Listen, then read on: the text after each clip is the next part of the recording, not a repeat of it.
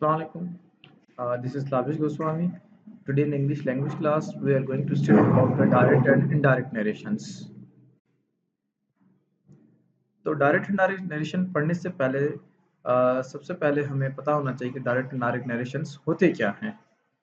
Direct narrations वो आपकी narration होती है जिसमें हम same words without any changings use करते हैं।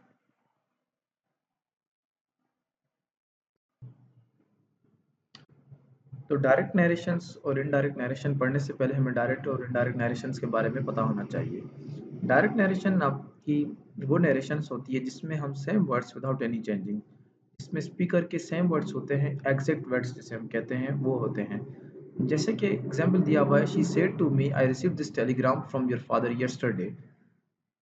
ठीक है, अब इसमें जो इन्वर्टेड कॉमास में जो वर्ड्स दिए गए हैं वो आपके क्या है, डायरेक्ट नरेशन है। इनडायरेक्ट नरेशन मैनिपुलेटेड वर्ड्स और चेंज वर्ड्स, ठीक है, वो आपके वर्ड्स होते हैं जो चेंज किए गए हो, ठीक है, जो कि स्पीकर के ना बोले हुए हो। Example, she said to me that she had received the telegram from my father the previous day. ठीक है, अब इसमें देखें कि काफ़ी चेंजिंग्स हो गई, प्रोनाउंस में चेंजिंग आ गई आपके जो दूसरी जो जैसे कि यस्टरडे आपका प्रीवियस डे में चेंज हो गया, तो उस तरीके की चेंजिंग्स आ गई डायरेक्ट नरेशन में। कि डायरेक्ट नरेशन में हम क्या होते हैं, एग्जैक्ट वर्ड्स नहीं होते, चेंज वर्ड्स होते हैं। अब ये कुछ उसको डिस्क्राइब किया गया है ऊपर वाले दोनों सेंटेंसेस को। Both sentences have same meaning. In first sentence, inverted commas and comma are the present, but in the second sentence they both don't exist. जैसे कि पहले सेंटेंस में पहले फर्स्ट सेंटेंस में आप अगर देखेंगे तो कॉमा भी दी हुई और इन्वर्टेड कॉमास भी दी हुई है।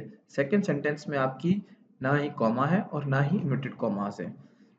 First sentence verb tense different from the second sentence verb tense. अगर हम देखेंगे पहले सेंटेंस का जो वर्ब का जो पहले सेंटेंस है उसमें जो टेंस दिया हुआ है वो आपका है पास्ट इंडेफिनिट, और जो कि आपका सेकंड जो डायरेक्ट नरेशन है इसमें आपका पास्ट परफेक्ट है।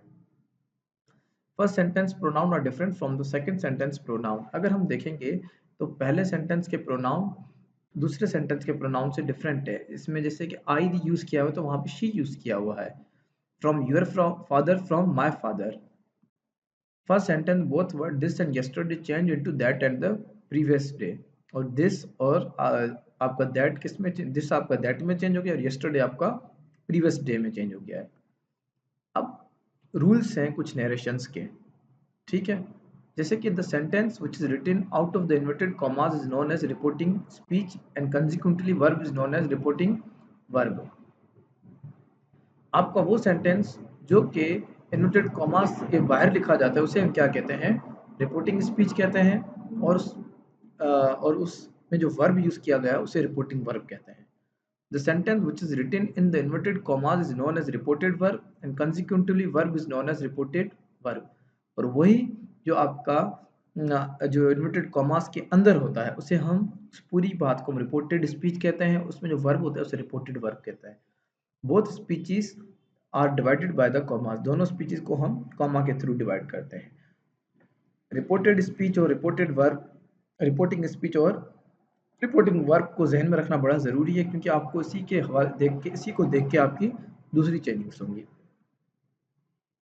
अब कहते हैं changes in the person of the pronoun. Pronouns with change from the direct to indirect narrations are known as personal pronouns. आपके जब pronoun direct to indirect narrations change होते हैं उसे हम क्या कहते हैं, पर्सनल प्रोनाउंस कहते हैं। Personal pronouns are used instead of the any person, place और थिंग। पर्सनल प्रोनाउन आपके पर्सन, प्लेस और थिंग की जगह यूज होते हैं। ये समझो कि आपके प्रोनाउन की डेफिनेशन है जो कि हमने बहुत पहले पढ़ी थी, ठीक है, या पढ़ चुके हैं। तो ये आपकी उस डेफिनेशन को हमने जस्ट यहाँ पे रिवीजन के लिए लिख दिया गया है। अब आपके नरेशंस को समझने के लिए हमें प्रोनाउंस को समझना पहले बड़ा ज़रूरी है। First person pronouns, second person pronoun और third person pronoun. First person pronoun पहले कौन से होते हैं, द पर्सन व्हिच टॉक्स। जैसे कि मैं आपसे बात कर रहा हूँ तो I am the first person pronoun. I is the singular, we is the plural. I is the singular pronoun, we is the plural pronoun. Second person pronoun, the person which talks to another person, वो pronoun जो दूसरे से बात कर रहा हो। You is the singular person pronoun and you is the plural person pronoun. Third person pronoun, the person which talks to another person in the absence. जब हम किसी की एब्सेंस में कोई बात कर रहे हो, he she it singular person pronoun, they is the plural person pronoun. तो ये आपके प्रोनाउन के बिल्कुल बेसिक्स हैं जो कि आपको पता होने चाहिए। अब रिपोर्टेड स्पीच और ऊपर एपोस्ट्रोफी दी हुई है, फिर आपका एस दिया हुआ है। तो अब ये क्या कह रहा है, रिपोर्टेड स्पीच के first person pronoun will change according to the reporting speech subject person. कह रहा है कि रिपोर्टेड स्पीच जो कि जैसे कि अगर मैं यहाँ पे देखूं डायरेक्ट स्पीच में he says I am ill is your reported speech. अगर रिपोर्टेड स्पीच में आपका फर्स्ट पर्सन जो कि आई या वी हो तो will change according to the reporting speech subject person. जो रिपोर्टिंग स्पीच में जो कि ही सेज है जैसे कि जो वहां पे होगा उसके हिसाब से क्या होगी आपकी चेंजिंग होगी। Second person's pronoun will change according to the reporting speech objects person. Second person के जो प्रोनाउन चेंज होंगे वो आपके रिपोर्टिंग स्पीच के ऑब्जेक्ट के पर्सन के हिसाब से होंगे। रिपोर्टिंग स्पीच में जो सब्जेक्ट होगा उसका जो ऑब्जेक्ट होगा उसके हिसाब से आपका रिपोर्टेड स्पीच का चेंज होंगे pronouns. Third person will remain same, third person में कोई आपकी चेंजिंग नहीं आएगी। अब हम एग्जाम्पल्स को देख लेते हैं।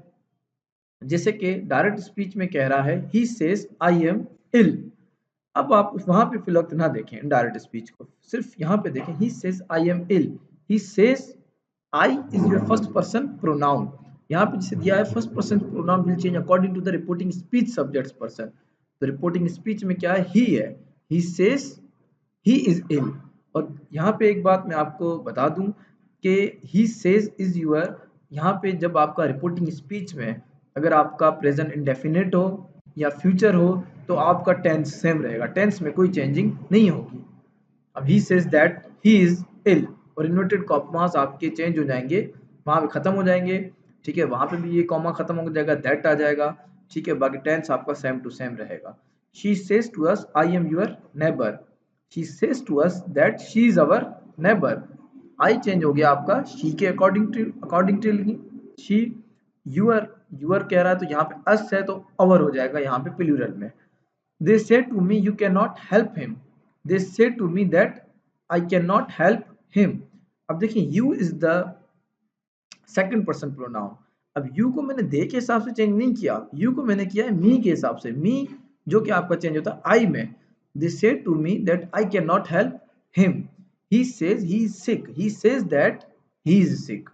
तो देखें कि हमने क्या किया है कि he says he is sick, he says that he is sick, बिल्कुल इजी।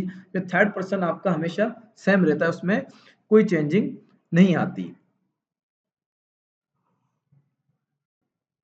अब हम आते हैं कुछ एग्जांपल्स पे, डायरेक्ट नरेशंस और इनडायरेक्ट नरेशंस के। she says my book is new, she says that her book is new। you say my brother is very kind to me, you say that your brother is very kind to you। बहुत easy है। they will say we do not work hard, they will say that they do not work hard। I will say I have spoken the truth, I will say that I have spoken the truth। she says to us I am your neighbor, she says to us that she is our neighbor। he says to us I respect you, he says to us that he respects us। you will say to him your brother beats them, you will say to him that his brother beats them, because your is the second person and we will change here according to the reporting speech object। so object is the him। ठीक है, तो उसके हिसाब से हम changing लेके आएंगे। We say to her your uncle will not hate them, we say to her that her uncle will not hate them. अब ये एक्सरसाइज है जो कि आपको बिल्कुल करनी है। She says I read the Holi Quran, she says that she reads the Holi Quran. तो ये मैंने एक कर लिया, बाकी बहुत ईजी है, ये आप करें क्योंकि ये अगर आप जब करेंगे तो आपको अंदाज़ा होगा कि हमें किस तरीके से नरेशन चेंज लेकिन practice makes a man perfect. तो प्रैक्टिस बड़ी ज़रूरी होती है। ठीक है, तो यहाँ पे आपका हमारा first lecture direct to direct narrations का ख़त्म होता है।